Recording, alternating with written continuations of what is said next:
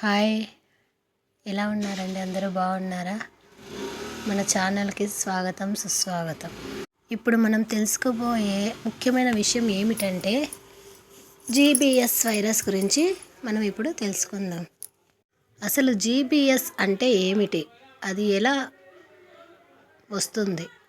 ఇది ఒక అంటువ్యాధి రాకుండా మనం ఆరోగ్యాన్ని మనం ఎలా కాపాడుకోవాలి? అసలు జీబీఎస్ లక్షణాలు ఎలా ఉంటాయి? జీబీఎస్ అనేది అంటువ్యాధా లేదా? జీబీఎస్ వస్తే మనం తీసుకోవాల్సిన చికిత్స ఏమిటి? జీబీఎస్ రాకుండా మనం ఎలాంటి జాగ్రత్తలు తీసుకోవాలి? మన ఆరోగ్యాన్ని మనం ఎలా కాపాడుకోవాలో మనం ఇప్పుడు ఈ వీడియోలో తెలుసుకుందాం. జీబీఎస్ అంటే గులియన్ బారే సిండ్రోమ్. జీబీఎస్ అనేది ఒక అరుదైన వ్యాధి. ఇందులో మన శరీరంలో ఉన్న రోగనిరోధక వ్యవస్థ డైరెక్ట్గా నరాలను దాడి చేస్తుంది. దీనివల్ల కాళ్ళు చేతులు చాలా బలహీన పడడం జరుగుతుంది. ఈ వ్యాధి వస్తే మనకు కలిగే ముఖ్యమైన లక్షణాలు ఏంటంటే కాళ్ళు చేతులు తిమ్మిరిగా అనిపించడం, ఇంకా నడవలేకపోవడం, ఇంకా కాళ్ళు చేతుల్లో నొప్పిగా బలహీనంగా ఉండడం జరుగుతుంది. అదేవిధంగా ఇది వ్యాధి తీవ్రత ఎక్కువగా ఉంటే ఏమవుతుందంటే శ్వాస తీసుకోవడం కూడా మనకి ఇబ్బందిగా ఉంటుంది. జీబీఎస్ వ్యాధి ఎలా వస్తుందంటే బ్యాక్టీరియా వైరస్ ద్వారా వస్తుంది. ఇంకా కొంతమంది టీకాలు వేయించుకున్న తర్వాత, కొంతమంది శస్త్రచికిత్స ఆపరేషన్స్ జరిగిన తర్వాత కూడా ఈ వ్యాధికి వచ్చే అవకాశాలు చాలా ఉన్నాయి.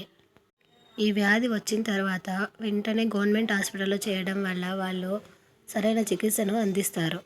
ఇంకొక ముఖ్యమైన విషయం ఏంటంటే చాలామంది ఇది అంటువ్యాధి అని ఏమో భయపడిపోతూ ఉంటారు.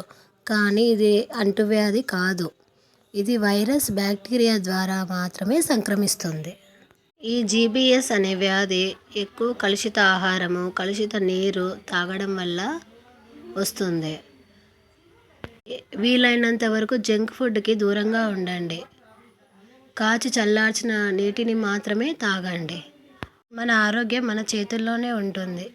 బయటి ఆహారం తీసుకోకుండా మనం వండుకున్న ఆహారం తీసుకుంటూ కాచి చల్లార్చిన నీటిని తాగుతూ ఉంటే ఈ వ్యాధి నుంచి మనం దూరంగా ఉండొచ్చు.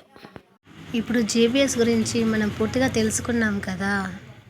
రోగనిరోధక వ్యవస్థని కాపాడుకుంటూ మంచి ఎనర్జీ ఫుడ్ తీసుకుంటూ మన ఆరోగ్యాన్ని మనం కాపాడుకోవాలని.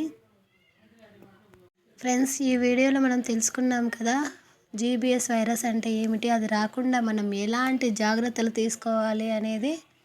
Thank you so much for watching my channel. Please subscribe my channel.